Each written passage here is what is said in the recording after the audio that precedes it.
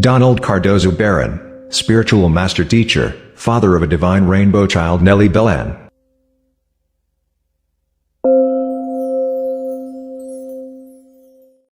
The problem remains unsolved. Although the STURP team did not declare the shroud to be the actual burial cloth of Christ, the evidence presented at least supports a person's private belief that it is.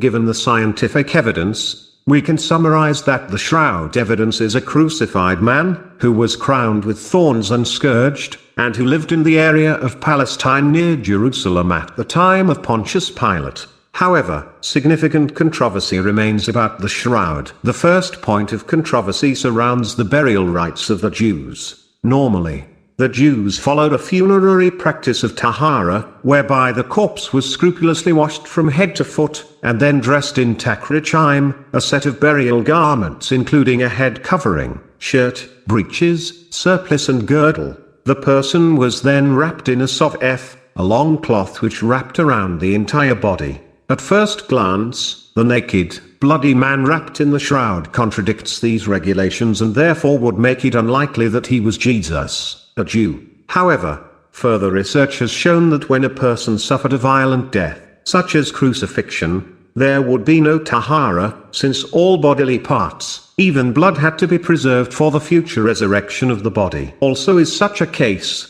the person would only be buried with the clothes they were wearing with no takrachim, since the man of the shroud was naked, which was normal for crucifixion. He was buried only in the sovef.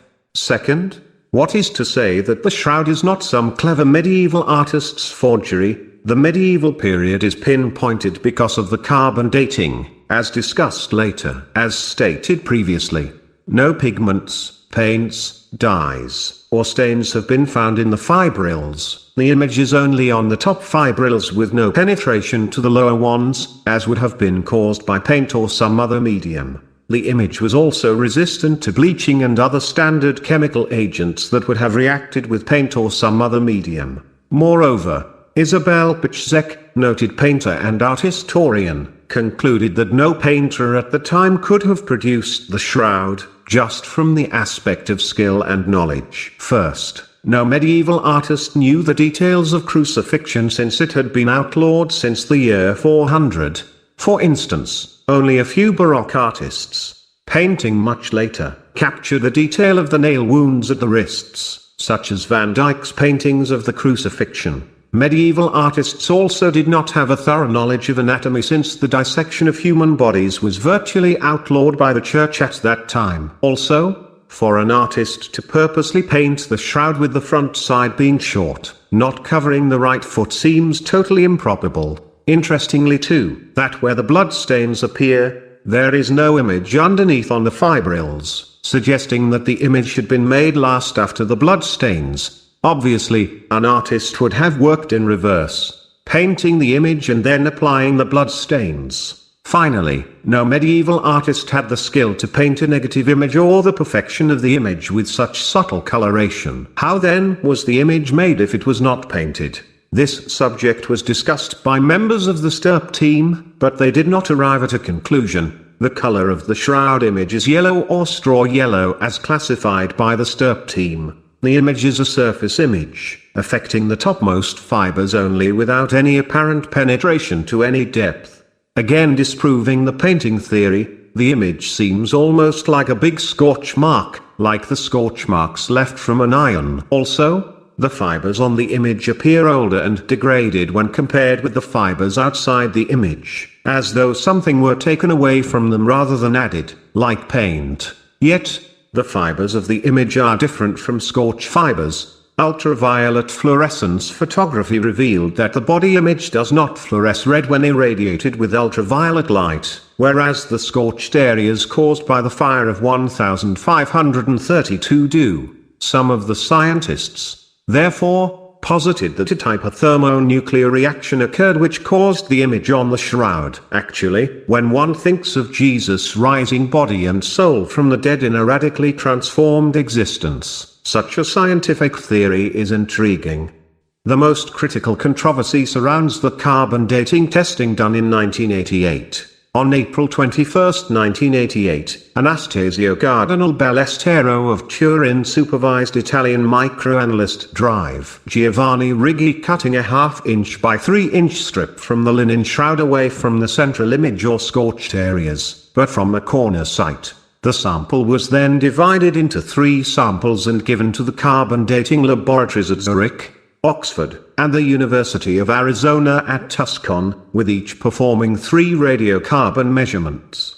Simply, radiocarbon dating measures the amount of an isotope called carbon-14 which is present in all organic substances, including flax plants from which linen is made. Carbon-14 decays over time in dead material at a fixed rate. Therefore, the amount of residual carbon-14 can reveal the measurement of something's age. In October, the results were announced at a press conference. On a blackboard was written 1260 to 1390, the time span of years for when the shroud was produced according to the carbon dating results. Drive. Henry Gove, a nuclear physicist, said the odds were about 1 in 1,000 trillion against the shroud having been woven in the time of Jesus, and called those who believe in the genuineness of the shroud flat earthers. However, several scientists objected to the infallible pronouncements made by the laboratories. For instance, Drive. Rosalie David of the Manchester Museum has performed autopsies on Egyptians' mummies, and has used carbon dating to corroborate the age of them. However, sometimes carbon dating indicates a date 1,000 years younger than the actual date of the mummy known through other archaeological evidence. Such a discrepancy would be caused by some source of contamination. Contamination to the shroud could alter the accuracy of the carbon dating. Exposure to years of candle soot in the cathedral and Turin pollution, the drenching with water during the fire, and the accumulation of minuscule fragments of deteriorating ceiling frescoes would give the shroud a coating which could in turn skew the carbon dating results. Moreover, a corner sample which over the years had been handled by many individuals would probably be contaminated. Such items enrich the carbon content and would make the shroud appear substantially younger than its true age when carbon dated. Drive. Leoncio Garza Valdez of the University of Texas, working with microbiologist Drive. Stephen Mattingly of the University of Texas Health Science Center at San Antonio, provided another argument against the carbon dating results. They argued that the shroud could have a bioplastic varnish or coating caused by bacteria and fungi. Drive. Garza Valdez discovered such coatings in research with Mayan artifacts, which he knew belonged to a certain age,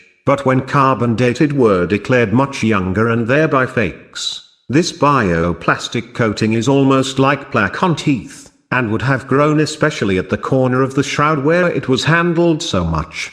Receiving a small sample of threads, Garza Valdez determined the presence of a bioplastic coating on the shroud which has cockle-shaped bacteria and filamentous mold-like organisms, sometimes increasing the diameter of the fibers as much as 60%. Such a bioplastic coating could skew the carbon dating 1,300 years. Also, such a coating cannot be removed by the conventional cleaning methods of most carbon dating labs. If Drive. Garza Valdez is correct, the shroud easily would be placed at the time of our Lord. Another defender of the shroud is Drive. Thomas J. Phillips of Harvard University High Energy Physics Laboratory, who published in Nature, February 16, 1989, if the Shroud of Turin is in fact the burial cloth of Christ, then according to the Bible it was present at a unique physical event, the resurrection of a dead body. Unfortunately, this event is not accessible to direct scientific scrutiny, but the body may have radiated neutrons, which would have irradiated the shroud and changed some of the nuclei to different isotopes by neutron capture. In particular, some carbon-14 would have been generated from carbon-13. If we assume that the shroud is 1950 years old and that the neutrons were emitted thermally, enough carbon-13 would have been converted to carbon-14 to give an apparent carbon-dated age of 670 years, i.e., 14th century, in all.